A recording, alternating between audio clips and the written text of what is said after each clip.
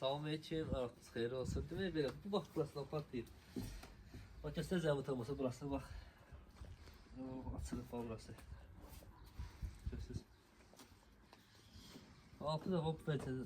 Baxın, altı sırf belə bütöv olmalıdır, ofşa olmalıdır. Amma neçə ildir belə qalıb, belə güclü vak olduğuna görə qalır. İnşallah bir daha bunu bərpa eləyib, təzən çəkərik.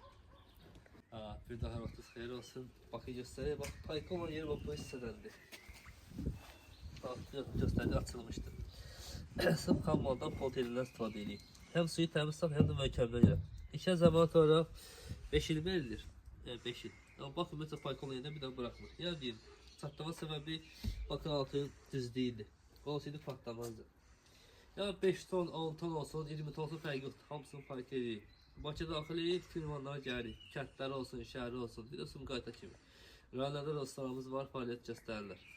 Bəzilə xeyirli olsun, Allah xeyirli versin.